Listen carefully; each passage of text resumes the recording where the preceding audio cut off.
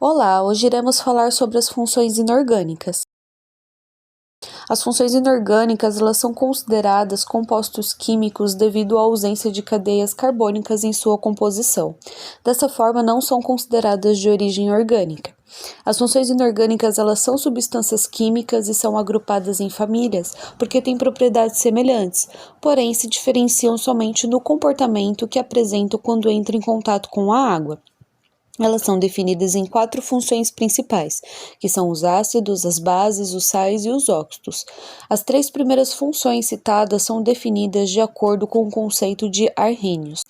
Os ácidos, eles são compostos que, ao serem colocados em meio aquoso, se ionizam e liberando o íon H+, ou H3O+, conhecido como íon hidrônio.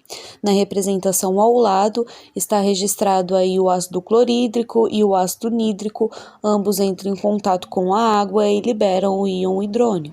Abaixo está representado aí a tabela periódica, apenas sinalizando aí os elementos que foram utilizados aí na equação, para poder entender certinho onde que foi identificado o composto que foi utilizado na reação. Os hidrácidos são compostos químicos que contêm hidrogênio e um átomo de outro elemento, geralmente um halogênio ou um elemento do grupo 16 da tabela periódica, por exemplo, oxigênio, enxofre, selênio, telúrio, e ele forma ácidos que não contêm oxigênio em sua composição. Esses ácidos são chamados de hidrácidos porque o hidrogênio é o cátion positivo e o átomo ligado é o ânion negativo. Na equação ao lado, estamos representando aí os hidrácidos como o ácido clorídrico, o ácido nítrico e o ácido sulfúrico, todos eles entrando em contato com a água e liberando aí o cátion positivo. É importante também visualizar que no ácido sulfúrico é possível visualizar 2 mol de hidrogênio sendo liberado aí. Já os oxiácidos em soluções aquosas, eles se dissociam em íons positivos, que são os cátions, e os íons negativos, que são os ânions, que podem carregar uma carga elétrica chamada eletrólitos. Dependendo do ácido, eles podem sofrer dissociação eletrolítica em água.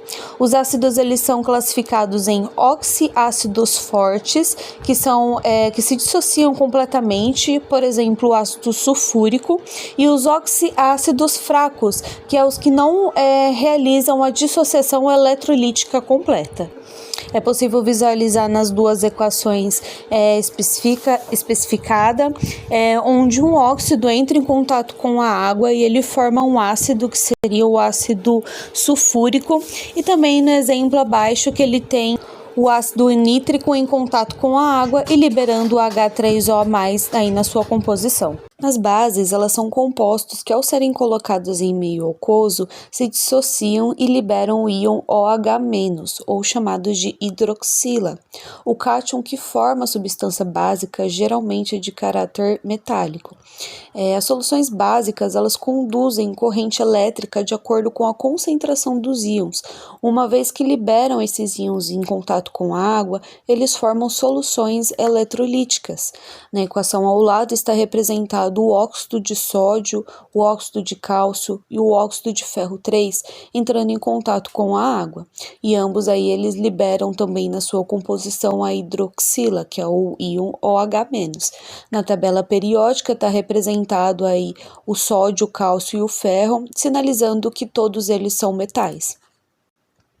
Nos sais, eles são formados a partir da neutralização de um ácido por uma base.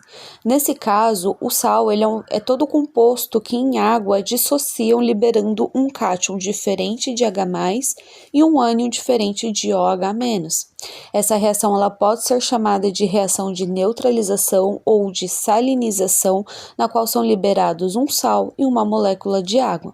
Na representação ao lado, estamos sinalizando aí o sódio, né, o cloreto de sódio, que é o sal de cozinha, e em contato com a água ele liberam o Na+, e o Cl-.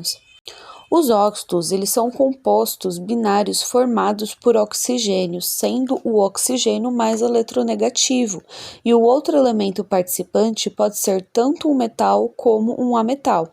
Um exemplo de metal que está sendo utilizado até no exemplo ao lado é o sódio e o cálcio, que fazem parte da mesma família, que seria a família 1A, conforme a representação da tabela periódica abaixo.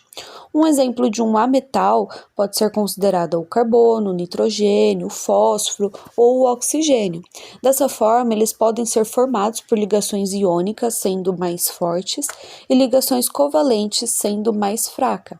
Essa versatilidade ela impacta diretamente no ponto de fusão e ebulição desses compostos. Nessa próxima etapa, precisamos indicar os elementos da tabela periódica que não podem formar a família. E os compostos que possuem átomos de carbono, eles são classificados como compostos orgânicos. Proteínas, carboidratos, lipídios, vitaminas são exemplos de moléculas orgânicas. Contudo, nem todo composto que possuir um carbono será orgânico. Exemplo disso é o gás carbônico, que é o CO2. Por isso, a definição mais completa é que uma molécula ela será orgânica se ela possuir o carbono conjugado com alguns dos elementos, que seria ou o hidrogênio, o oxigênio, ou o nitrogênio, ou o fósforo e o enxofre. Agora, para representar os hidróxidos, eles são compostos inorgânicos de caráter básicos que são formados a partir da ligação de um cátion e uma hidroxila. Elas são denominadas de bases de arrênios, pois, de acordo com a definição, elas liberam o íon OH- em solução aquosa e quando se dissociam, e são chamadas de dissociação iônica. As fortes, elas são bases que se dissociam por completo no meio aquoso. Geralmente são formadas por cátions da família 1 e 2A, com exceção do hidróxido de magnésio e do hidróxido de berílio, que são bases fracas devido à sua eletronegatividade dos íons magnésio e berílio.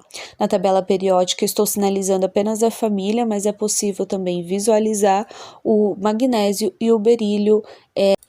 Da base fraca são todos os outros hidróxidos que existem, formando geralmente por metais de transição, como o ferro, o ouro, o cobre, o mercúrio e entre outros. Na tabela periódica está sinalizado aí em vermelho os metais de transição e está sinalizado os exemplos citados agora. Nos ácidos e a ionização, a função inorgânica dos ácidos ela inclui compostos covalentes que sofrem ionização em água, o que resultam no íon H+ como único cátion. Por exemplo, o ácido clorídrico, representado ao lado, ela é classificada como ácido porque sofre ionização em água, gerando o cátion H+ e o ânion Cl-. A ionização ela é uma reação química que resulta em íons a partir de substâncias moleculares colocadas em água. Podemos dizer que a ionização é o processo de formação de íons. No segundo exemplo abaixo, a gente está mostrando a equação de ionização do ácido sulfídrico.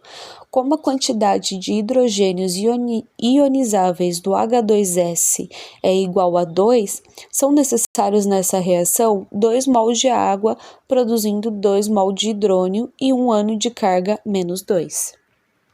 A importância do estudo das funções inorgânicas ela vai além de classificar a substância, mas para entender que nem todo sal tem um sabor salgado, ou que nem todo ácido é corrosivo e que nem todos os óxidos podem comprometer o meio ambiente. Cada composto inorgânico ela possui propriedades que se diferenciam ou se assemelham.